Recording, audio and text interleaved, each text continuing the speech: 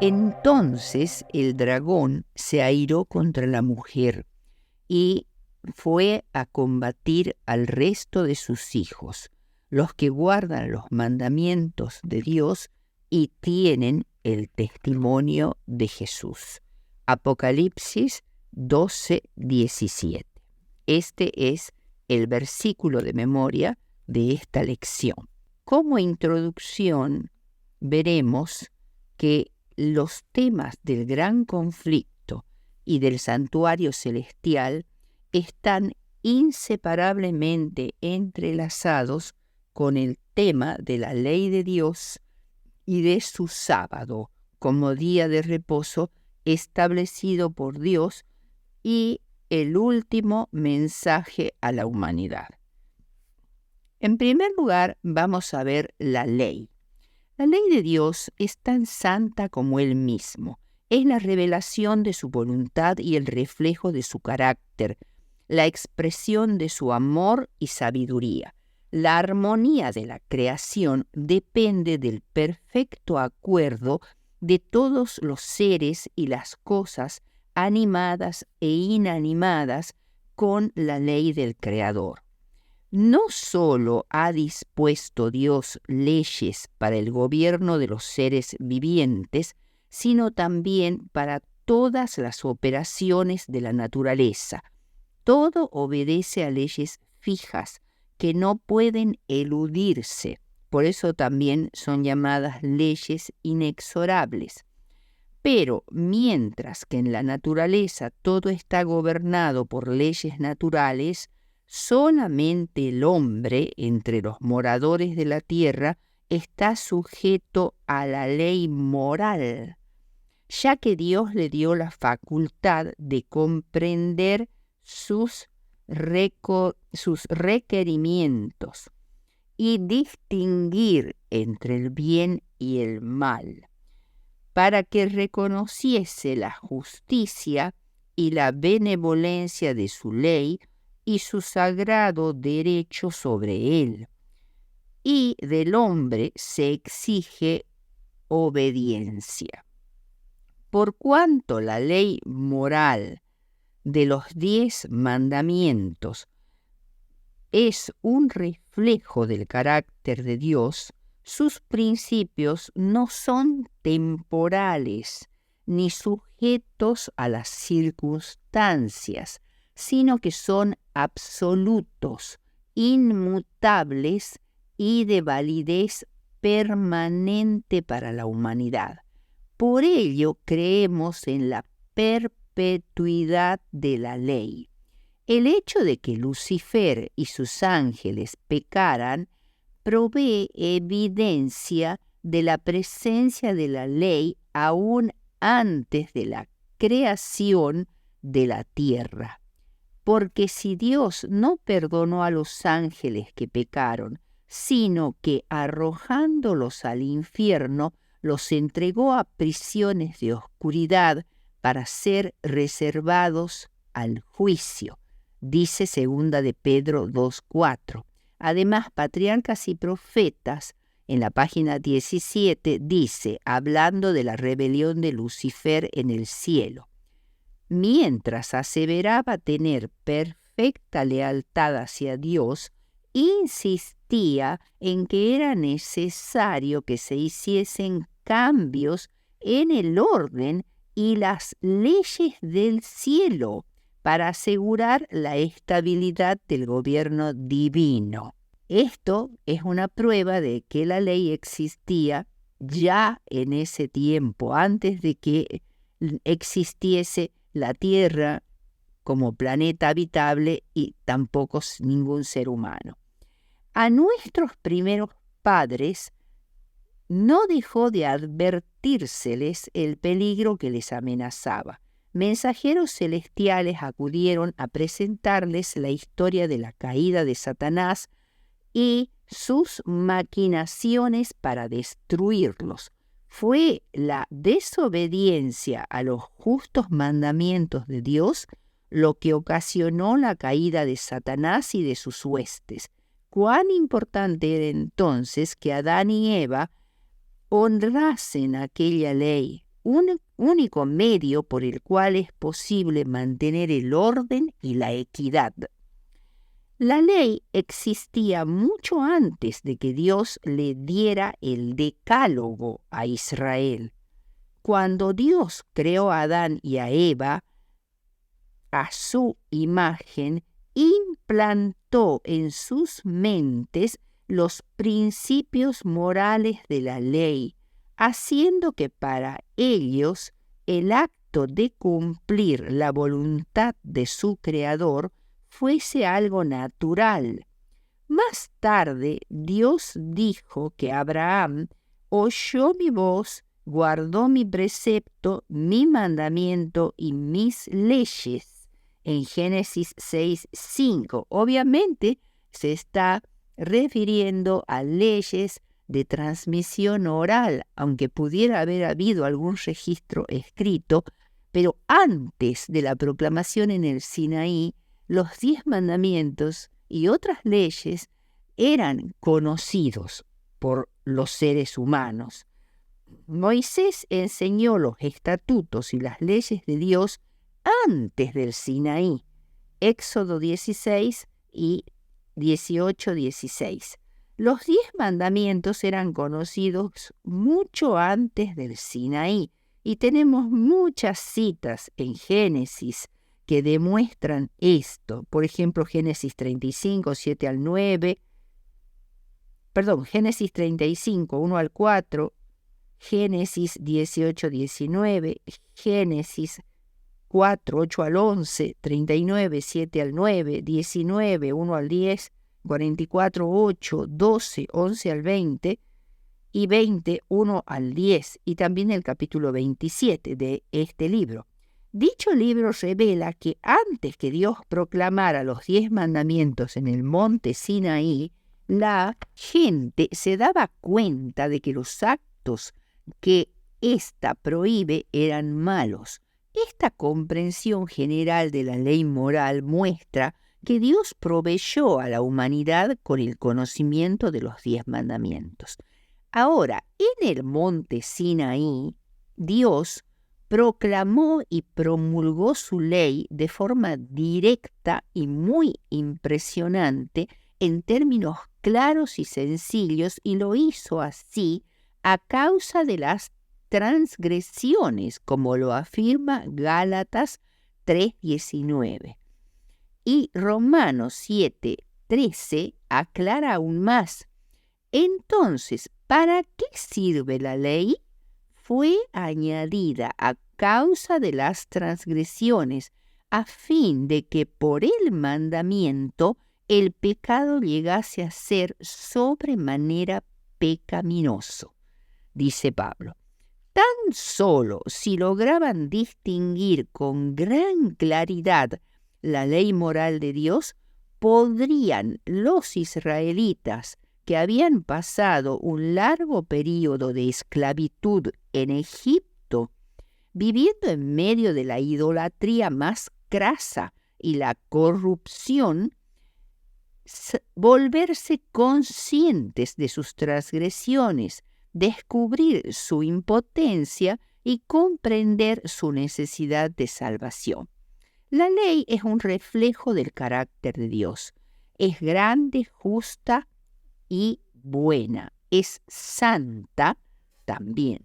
Se trata de una ley moral, ya que revela el patrón divino de conducta para la humanidad en su trato con Dios y con nuestros semejantes.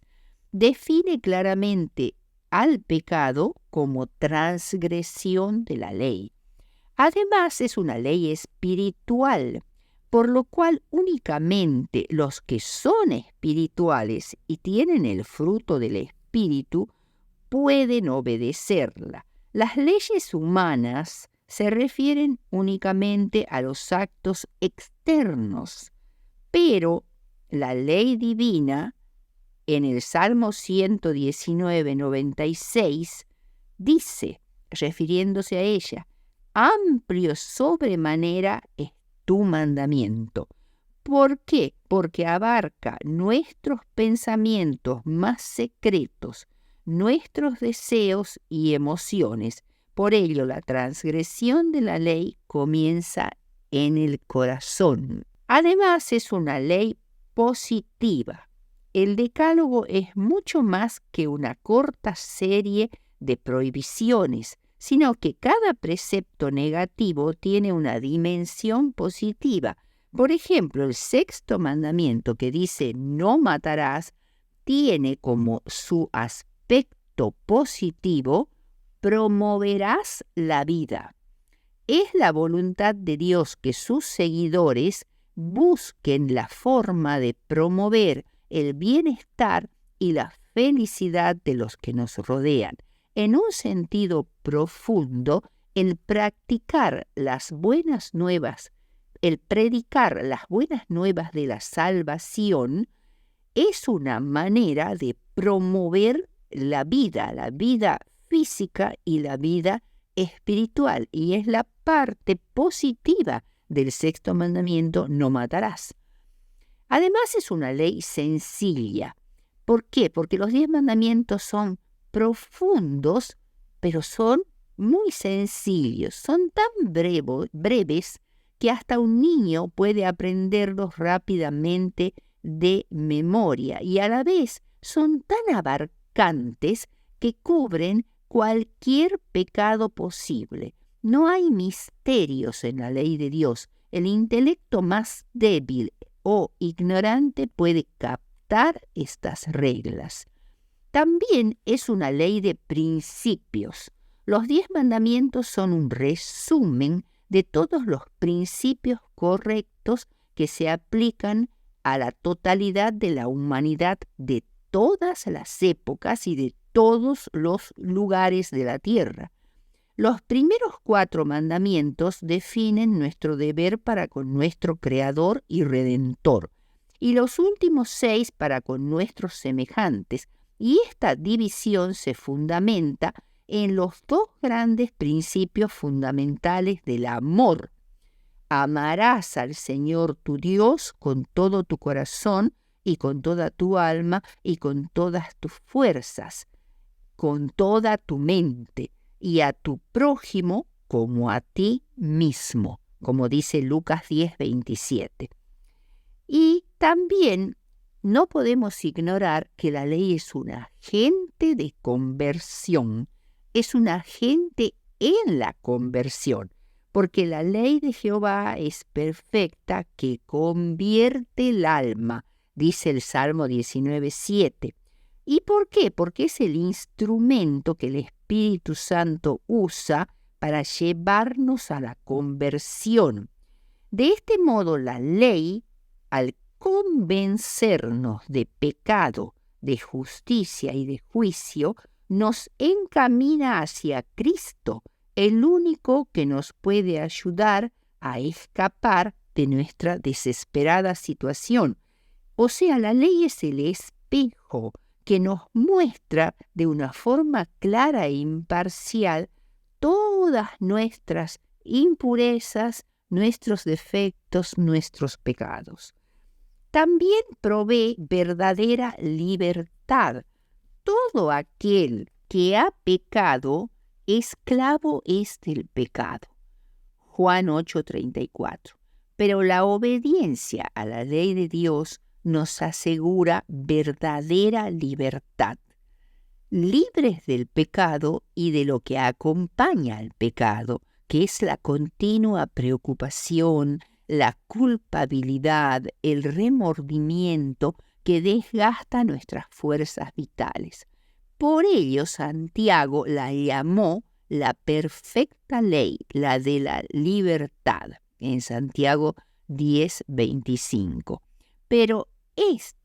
Santiago 1:25, pero esto solo es posible cuando se presenta la ley junto con el poder salvador de Cristo y Él comparte nuestras pesadas cargas. También domina el mal y trae bendiciones, porque el aumento de los crímenes, la violencia, la inmoralidad y la maldad que inunda el mundo se ha originado en el desprecio del decálogo. Lamentablemente, para la mayoría de las personas en este mundo, la ley de Dios es una perfecta desconocida. La ley restringe el pecado, promueve la conducta correcta y se convierte en un medio de establecer justicia. Y la justicia engrandece a la nación, y con justicia será afirmado el trono. Proverbios 14, 34 y 16, 12.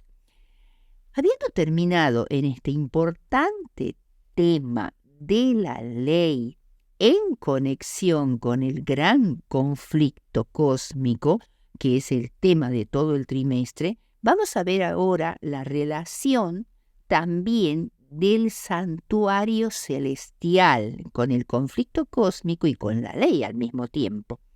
El Señor proclamó en voz alta los 10 mandamientos, sin intermediarios humanos, en medio de truenos y relámpagos resonantes. Fue también Él mismo quien con su dedo escribió la ley en las tablas de piedra y luego ordenó que fueran colocadas en el arca del pacto. El arca era uno de los muebles del santuario, el más sagrado de ellos, y fue realizada con madera de acacia cubierta con láminas de oro y estaba tapada con el propiciatorio, también era una lámina completamente de oro macizo, y encima de ella estaban 2 querubines labrados también, cubiertos de oro, que se enfrentaban y miraban hacia el propiciatorio. ¿Por qué? Porque dentro del arca estaban colocadas las 2 tablas de la ley que Moisés trajo del Sinaí, donde Dios con su propio dedo escribió los 10 mandamientos. Bien, el arca del pacto estaba ubicada en el lugar santísimo, el lugar más santo del santuario, y fue cubierta con su tapa o propiciatorio, y allí entre los querubines se manifestaba la presencia de Dios, visible como una luz resplandeciente, la llamada Shekinah. Siendo que los 10 mandamientos fueron el testimonio de lo que Dios requiere de su pueblo para seguir juntos, se lo llamó también testimonio, y a las 2 tablas que contenían la ley también se las llamó las tablas del testimonio. Ante este testimonio, los israelitas debían responder en el día del juicio. Así el arca del pacto vino a llamarse el arca del testimonio, y la tienda que la cobijaba llegó también a llamarse la tienda del testimonio. El ritual de expiación del pecado exigía que una víctima limpia e inocente, que generalmente era un animalito como un cordero o un macho cabrío, o quizás incluso también una paloma, pagara con su vida la falta cometida, generalmente un cordero o una cabra. Los sacerdotes ofrecieron entonces la sangre del sacrificio en el lugar santo, o sea, asperjaban esa sangre sobre el mobiliario del lugar santo, y mientras que los pecadores se postraban en el atrio con su cabeza puesta hacia el interior del arca del pacto o testimonio, hacia donde estaba el arca del pacto con los 10 mandamientos. En la sangre de la víctima se traía la evidencia del pecado confesado, así como del pago ofrecido por el mismo, y de esa manera se satisfacían las demandas de la ley que había sido transgredida. El pecado se transfería al santuario y al sacerdote, que también era el que llevaba la sangre. Y el pecador reconocía la autoridad de la ley, confesaba la culpa de su transgresión y expresaba su fe en aquel que había de quitar los pecados del mundo. Juan, el autor de Apocalipsis, vio en visión el templo o santuario celestial, que es la sede del gobierno de Dios y del plan de salvación para la humanidad. Y allí también vio que éste estaba abierto hasta el lugar santísimo y allí divisó al arca del pacto de Dios y fue visto por él. Esta arca contiene la ley de Dios, el fundamento de su pacto y el fundamento del gobierno de Dios de todo el universo. Quien no se convierta al Señor encontrará que la ley lo condenará. Por el contrario, quien se arrepienta de sus pecados y se aparte de ellos, encontrará que la ley para él es vida y se deleitará en ella. La cubierta de oro del propiciatorio era donde se rociaba la sangre para purificar el santuario del pecado en el día de la expiación. La presencia de Dios se manifestaba en la gloria de la Shekinah sobre el propiciatorio, aceptando esa sangre que era símbolo del sacrificio de Cristo.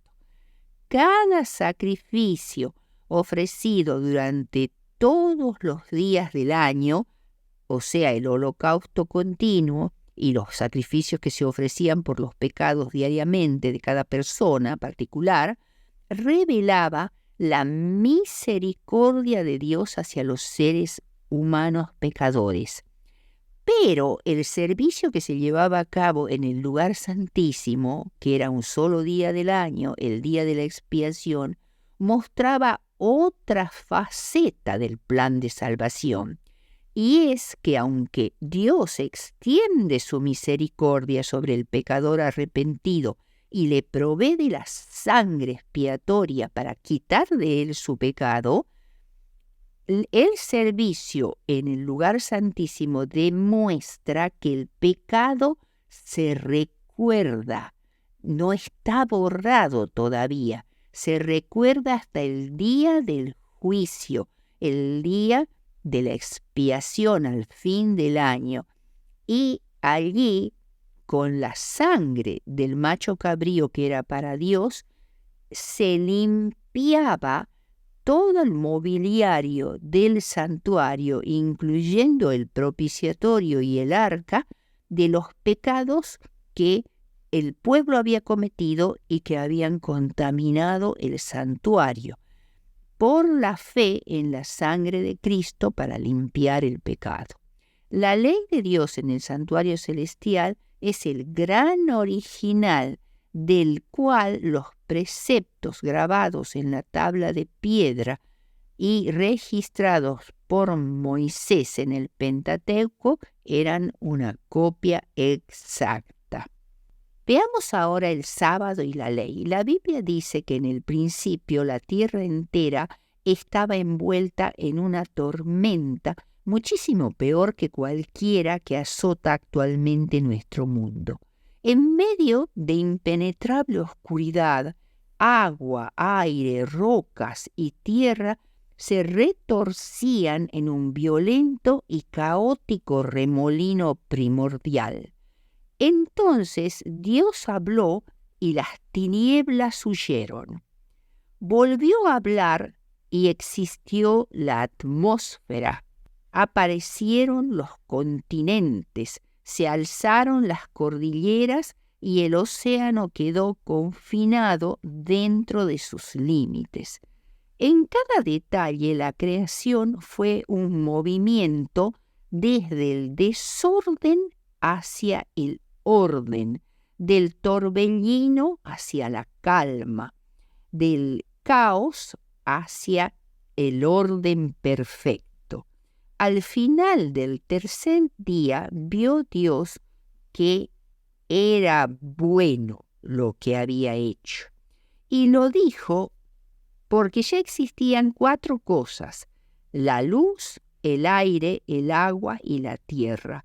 Estos eran los elementos esenciales para sostener la vida de las plantas y eran la perfecta provisión para el siguiente paso. Entonces, en ese mismo día, el áspero esqueleto de la tierra se vistió de verde. Aparecieron pastos, lianas, helechos y musgos. Majestuosos árboles alzaron sus brazos hacia el cielo. Pinos y flores perfumaban el aire. Las plantas, a través de la fotosíntesis, sirven a la vida animal, produciendo alimento y oxígeno. Por esto, la creación de las plantas era la provisión necesaria y completa para la siguiente etapa, la creación de los animales. Y el Señor vio lo que había hecho y dijo que era bueno. En el 5º y 6º días, Dios habló nuevamente y el mar y los cielos se llenaron de criaturas que nadaban, volaban, caminaban y se arrastraban sobre la faz de la tierra. Y una vez más el Creador expresó su satisfacción por los resultados. Era bueno. Entonces dijo Dios: hagamos al hombre a nuestra imagen, conforme a nuestra semejanza, y ejerza dominio sobre los peces del mar, sobre las aves del cielo, sobre los ganados, sobre toda la tierra y sobre todo reptil que se arrastra sobre la tierra. Creó pues Dios al hombre a imagen suya, a imagen de Dios lo creó, varón y hembra los creó. Génesis 1, 26 y 27. La creación de seres inteligentes para gobernar la tierra fue el último paso en la conquista del orden. Ahora, con infinito gozo, el Creador contempló su obra concluida y esta vez no dijo simplemente que era bueno, sino que anunció que era bueno en gran manera.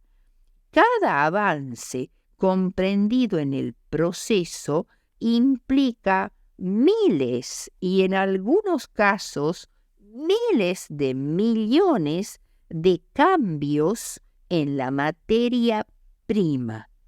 Los físicos han sintetizado lo que ellos llaman las 3 leyes de la termodinámica. La segunda de ellas declara que en los sistemas de la naturaleza hay una tendencia invariable hacia la desintegración, el desorden y la pérdida de energía. A esto lo llaman el principio de la entropía. El proceso de la creación implica precisamente lo opuesto. A través de las transformaciones bioquímicas y físicas increíblemente complejas, un planeta sumamente caótico y desordenado se convirtió en todo lo contrario.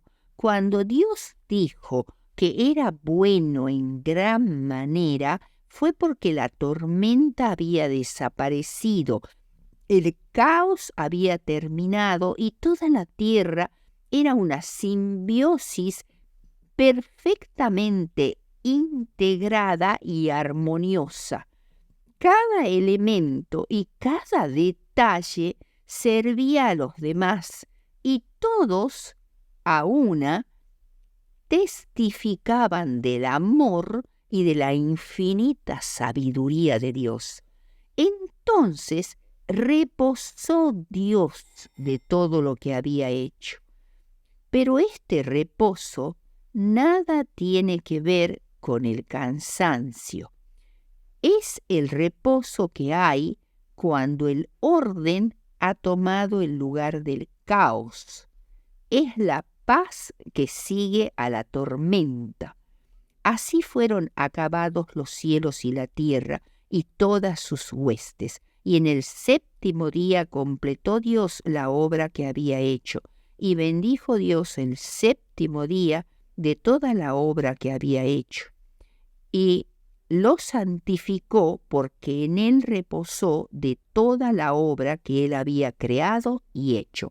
Génesis 31, 2 y 3.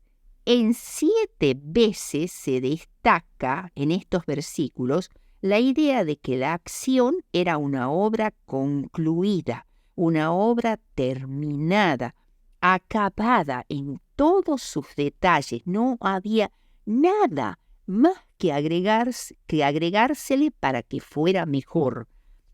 Como día de reposo, es ahora y siempre la observancia del sábado una celebración de la obra de Dios, no de la nuestra. Reposamos porque confiamos en la perfecta provisión que Dios ha hecho para nuestro bienestar y felicidad. Nos colocamos reposadamente en sus manos, confiando en su sabiduría, su plan y su provisión para nuestras vidas. Nuestra observancia del sábado es un acto de adoración, porque aceptamos la posición de Dios como creador y la nuestra como criaturas. Al contrario de las religiones falsas, en la religión verdadera se adora dejando de hacer, dejando de lado nuestras luchas, nuestro propio esfuerzo y trabajo, y reposando con serena confianza en lo que Dios ha hecho por nosotros. En el mundo, millones viven frustrados y abrumados por sus responsabilidades y problemas. Corren y se afanan, pero el tiempo no alcanza nunca. Debemos ganarnos la vida, mantener el hogar, atender las relaciones y los compromisos, educar a los hijos, cuidar de la salud, hacer compras, pagar cuentas y miles de tareas más. Ante el interminable ajetreo, el Señor nos ofrece el apacible oasis del sábado. El sábado es un sorbo de agua fresca que aguarda al caminante al final de un viaje largo y fatigoso. Es como los brazos de una madre que se extienden para recibir a un niño cansado. 6 días trabajarás. Este es el tiempo tuyo, pero el sábado debes descansar. Nos enseña a hacer lo que podemos en el tiempo disponible y entonces descansar. Nos evita caer en la ambición desmedida y egoísta, en la intemperancia y en el exceso. Es en realidad un mandamiento de misericordia hacia nosotros. Jesús dijo que el sábado fue hecho para el hombre. Marcos 2:27. Es un regalo preciosísimo dado para nuestro provecho y protección. Es el puerto que alcanzamos después de la tormenta. El sábado fue creado entonces para conmemorar la provisión de Dios para un mundo perfecto, pero también tiene un segundo significado. Fue un viernes también que el Señor Jesucristo acabó la obra de la redención y al morir exclamó: «Consumado es», y bajaron su cuerpo de la cruz y lo acostaron en el sepulcro. En ese momento el sol estaba por ocultarse y el sábado estaba por empezar. Así, por segunda vez, el Salvador reposó de una obra consumada en el séptimo día y el sábado llegó a tener un significado adicional, o sea, simbolizaba la perfecta provisión para un mundo perdido en el pecado, su plan de redimirnos y devolvernos a una relación de fe y confianza en Él. Cuando Moisés repitió los 10 mandamientos 40 años después del Sinaí, dijo: recuerda que tú también fuiste esclavo en Egipto y que el Señor tu Dios te sacó de allí con gran poder y mano extendida. Por eso el Señor tu Dios te ordena guardar el sábado. Deuteronomio 5:15. Dios nos rescató no solo de la esclavitud literal, sino de la esclavitud espiritual. Quería traernos a una relación de confianza con Él de nuevo. Por ello el sábado celebra la creación y la redención. Veamos ahora la marca de la bestia. Los adventistas que guardan el sábado han sido frecuentemente acusados de ser legalistas, pero un manzano no se convierte en manzano cuando da manzanas. Primero tiene que ser un manzano y luego vienen las manzanas, como un fruto natural de ser un manzano. Así también el verdadero cristiano no guarda el sábado o alguno otro de los 9 preceptos de la ley con el fin de hacerse justo a sí mismo. Más bien, este es el fruto natural de la justicia que Cristo comparte con él. El que guarda el sábado de este modo no es un legalista que guarda el sábado para ganar la salvación, sino que el acto externo de guardar el sábado demuestra la experiencia interior de la justificación y la santificación que él experimenta.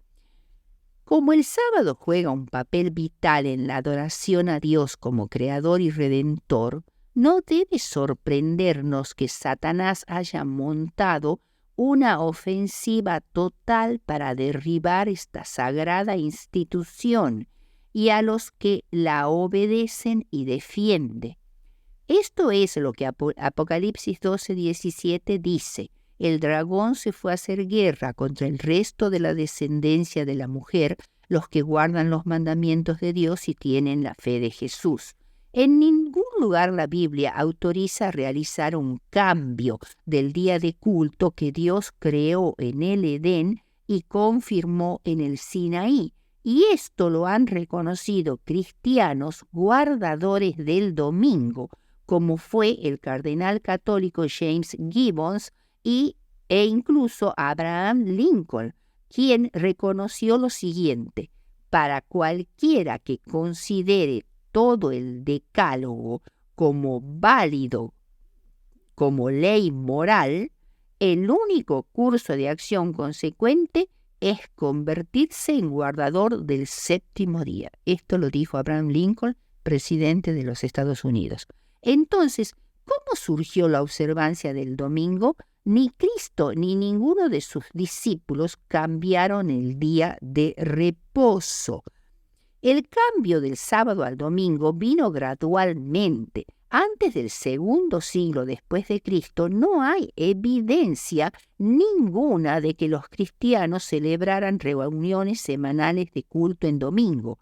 Pero a la mitad del siglo segundo, algunos cristianos estaban observando voluntariamente el domingo como un día de culto, de reuniones religiosas, pero no de reposo. La Iglesia de Roma, compuesta mayormente de creyentes gentiles, estuvo a la cabeza de la tendencia de reposar en domingo, especialmente porque se vieron en ella surgir fuertes sentimientos antijudíos que se fortalecieron al pasar del tiempo. Por ello, los cristianos de Roma procuraban distinguirse de los judíos, no parecerse a ellos, y entre estos esfuerzos estaba el desplazarse hacia la observancia del domingo como día de reposo. Y esto se vio especialmente en Alejandría, una ciudad muy importante en Egipto, y en Roma. En el siglo IV y V, muchos cristianos adoraban tanto el sábado como el domingo en Constantinopla y en casi todas partes, excepto en Alejandría y en Roma. Esto demuestra el papel principal que le cupo a Roma en el abandono de la observancia del sábado. Pero ¿por qué escogieron el domingo y no otro día de la semana? Hay dos razones fundamentales que ellos aducían que eran la causa del cambio, que Cristo había resucitado en domingo. Y en segundo lugar, algo que no se puede ignorar, era que toda la gente que formaba la iglesia cristiana en Roma y en Alejandría también, y en casi todo el mundo pagano, había estado acostumbrado por mucho tiempo a la práctica de adorar en ese día al dios Sol. Y entonces no podían desprenderse de esas costumbres. Y ningún escritor de los siglos III y IV jamás citó ningún versículo bíblico que autorizara a justificar la observancia del domingo en lugar del sábado. Lo que sí contribuyó grandemente era la popularidad que tenía el domingo como día de adoración al sol, que sobre todo en los romanos paganos, en Egipto y todos los otros demás pueblos del mundo antiguo que también adoraban al sol, era uno de los componentes más antiguos de la religión romana. El culto al sol Invictus era dominante en Roma y en otras partes del imperio, y en ese día aparecían reflejos del culto pagano al sol en la liturgia cristiana. En el siglo IV se introdujeron las leyes dominicales, que primero fueron civiles. El primero que promulgó una ley civil de abstenerse de trabajar en domingo fue Constantino en el año 321 después de Cristo, y en esa ley se decía que especialmente los habitantes de las ciudades debían dejar de trabajar en domingo y, observar ese día domingo. No tanto como religioso, pero no descansar en ese día. Más tarde, la Iglesia cristiana siguió el ejemplo y en diversos concilios, como el de la Odisea y después en el Concilio Católico de Orleans, se promulgaron leyes dominicales, donde se establecía que la Iglesia estipulaba que se debía honrar ese día y, si era posible, no trabajar en él, instruyendo a los cristianos a no estar ociosos en sábado, sino que trabajaran en ese día. Eso fue en el año 364. Y en el año 538, el año que comienza en los 1260 años con la expulsión de los bárbaros ostrogodos de Italia, que eran arrianos, y el crecimiento gradual e imparable del papado, entonces allí, en el Tercer Concilio Católico de Orleans, en este año 538 se promulgó una ley más severa, en la cual se decía que aún el trabajo agrícola debía ser dejado de lado para que los campesinos pudieran asistir a la iglesia al culto dominical. Esto es el cumplimiento de lo que la Biblia llama el misterio de iniquidad en 2 de Tesalonicenses 2:7, y en el cual ya estaba obrando en días de Pablo.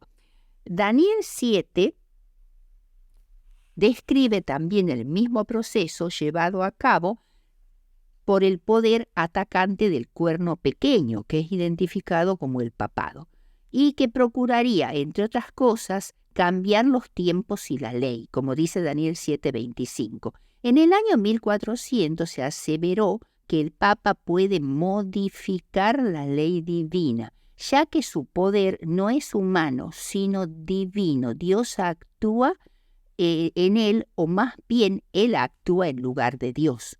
Fue entonces que Lutero afirmó que la tradición de la Iglesia no era suprema, sino que la Santa Escritura, la Biblia y la Biblia sola lo era. Ese es el principio de sola Escritura.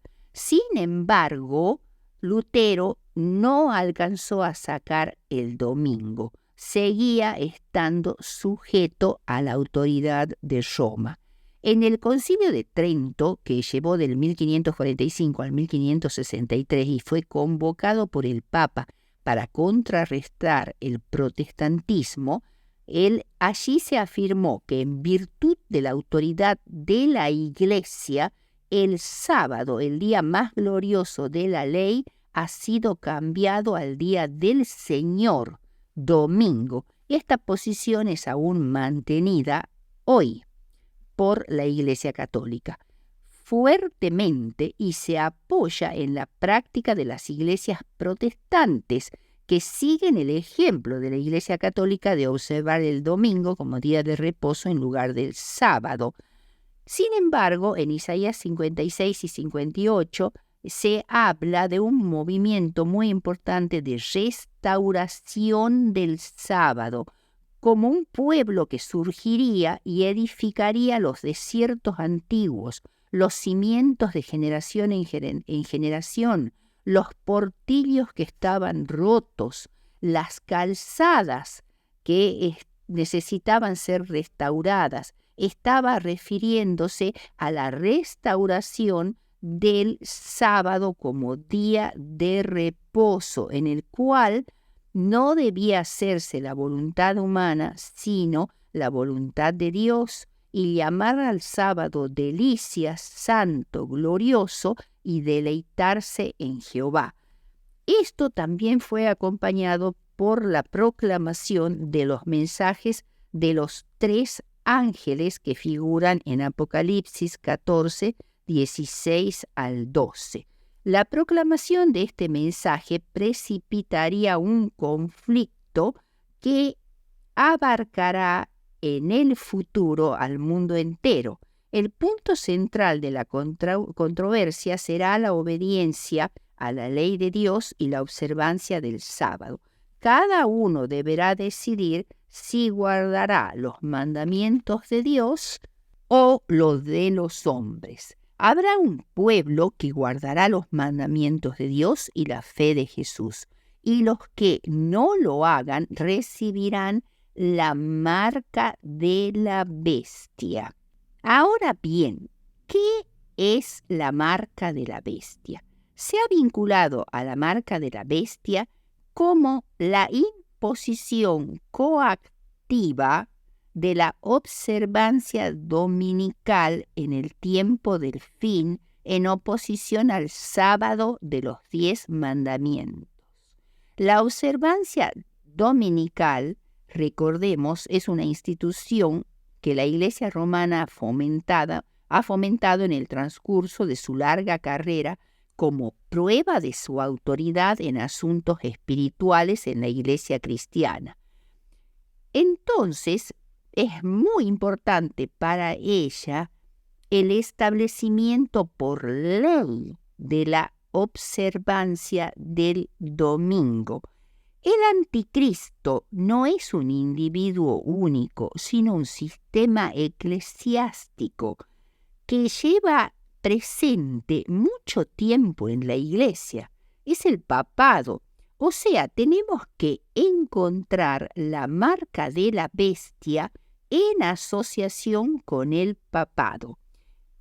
El sello de Dios o la marca de la bestia manifiestan el carácter que las personas hayan desarrollado durante su tiempo de gracia. El asunto de la marca de la bestia es un asunto muy serio e importante, ya que el mensaje del tercer ángel advierte que las personas que admitan esa marca deberán beber del vino de la ira de Dios vaciado puro en el cáliz de su ira. Esto es algo que no nos imaginamos, lo tremendo que es.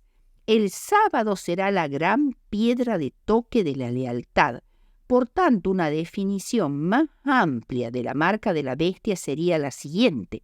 La marca de la bestia es el visto bueno, voluntario, consciente y escatológico, es decir, en la época del fin, en el momento final cercano a la segunda venida de Cristo, de la observancia coactiva, es decir, obligada, del domingo en oposición a la clara luz sobre la cuestión del sábado y en armonía con el catolicismo romano.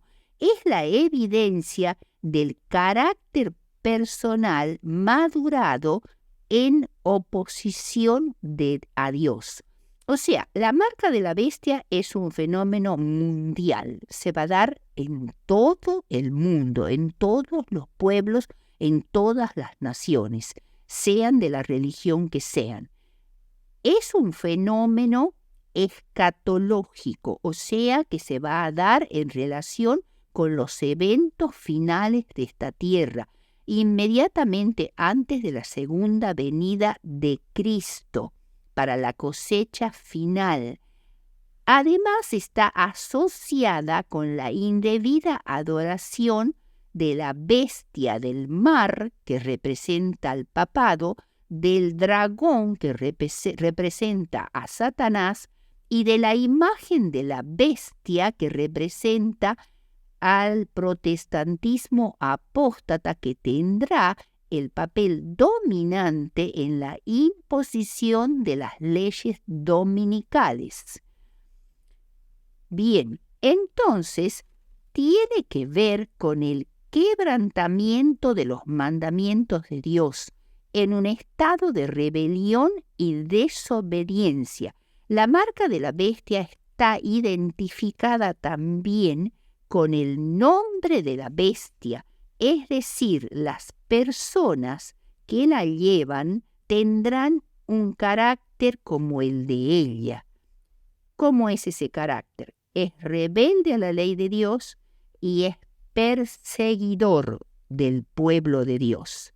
Apocalipsis 5:2 dice que la marca de la bestia es lo mismo que su imagen y el número de su nombre. Y el número de su nombre es 666, 666, que, digamos, podemos identificarlos con muchos personajes en el mundo, y con el Vicarius Filii Dei, que es uno de los títulos que usaba el Papa, pero fundamentalmente es número de hombre. Quiere decir un número de la humanidad que no reconoce la existencia de Dios ni le interesa obedecer los mandatos de Dios. Entonces es rebelde y de esa manera recibirá también un castigo tremendo. También los adoradores de ciertos dioses en la antigüedad tenían marcas en la muñeca y en el cuello, y para ellos eso significaba la garantía de que su Dios los protegía. Los soldados romanos también tenían un tatuaje y los esclavos fugitivos. Ahora, los siervos de Dios que reciben su nombre y su sello en la frente en el tiempo del fin estarán protegidos de las 7 plagas postreras. El sello de Dios es el sábado, ya que en el 4º mandamiento Dios firmó su nombre, Jehová Dios, creador del cielo y de la tierra, el santificador y el recreador. Entonces, ¿qué es la marca de la bestia? La marca de la bestia es lo mismo que su nombre, o sea, es el carácter de la bestia, quebrantador de los mandamientos, blasfemo de Dios y de su santuario y persecutor del pueblo de Dios.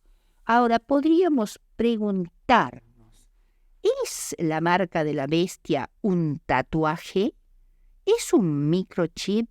¿Es una tarjeta electrónica? Bien, no podemos contestar esta pregunta con exactitud porque ya hemos dicho que es un fenómeno del tiempo del fin, en donde las leyes dominicales prescribirán que el que no guarde el domingo y el que trabaje en domingo será castigado con prisión o con la muerte y será necesario para ellos, digamos, tener una marca de la bestia en la frente o en la mano. El domingo es la marca de autoridad de la bestia, por lo cual declara que está por encima de la Biblia y se presenta como una acción sobre a quien reconoce como autoridad en mi vida. O sea, es una acción de a quien reconozco yo como autoridad en mi vida, a la Biblia o a una iglesia como jerarquía.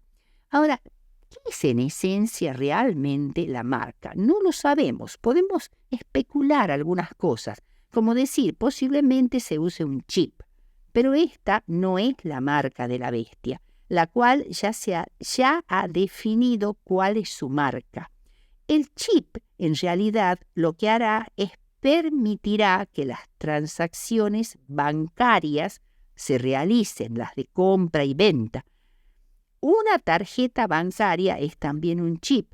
Este chip tal vez, no estamos asegurando que así sea, se implante en la mano y lleve información como nombre, domicilio, número de seguridad social, etc.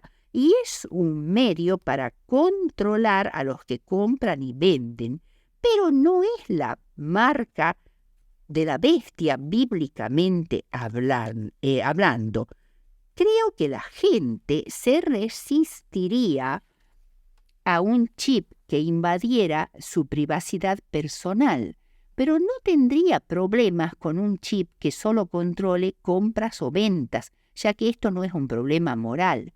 Babilonia controla a las megacorporaciones. Hay una conexión entre el mundo religioso y el económico. Si quieres ser parte de la mega estructura económica de este mundo, entonces tienes que ser parte de ese sistema que es controlado por fuerzas esotéricas. El dragón está por detrás. Entonces, ya sea que conduzca un vehículo con símbolos esotéricos o que obtengas gasolina en una estación, todos están involucrados en estos símbolos esotéricos. Es algo progresivo, un tiempo de gran conflicto, libertades personales restringidas, un clamor cada vez mayor por la moralidad. El mundo se está desmoronando, menudean los conflictos y los cataclismos por todas partes del mundo, porque la gente ha dejado a Dios. Hay leyes religiosas que se respetarán más que las de Dios. Comprar y vender se volverá difícil en ese tiempo. Los eventos de los últimos días nos dicen que no hay nada más que podamos hacer que confiar en la justificación de Dios, luchar con Dios como Jacob y aferrarnos a Jesús. No te dejaré hasta que me bendigas. Una cubierta, una hendidura en la roca. Hemos de huir a las montañas. Seremos catalogados como enemigos públicos. con gran ira contra nosotros y con tremenda persecución, pero el pan y el agua nos serán provistos. Procuremos tener tierra donde podamos cultivar vegetales. Aunque no podemos decir con exactitud, y quizá todas estas sean especulaciones, porque la Biblia no da detalles al respecto, de una cosa podemos estar seguros. Si tenemos el sello de Dios en nuestras frentes, ese sello nos va a proteger, porque los ángeles los ven. Nosotros no podemos ver el sello de Dios, pero los ángeles sí, y ellos nos rescatarán en este terrible tiempo de angustia, después del cual seremos llevados con Jesús a su morada celestial.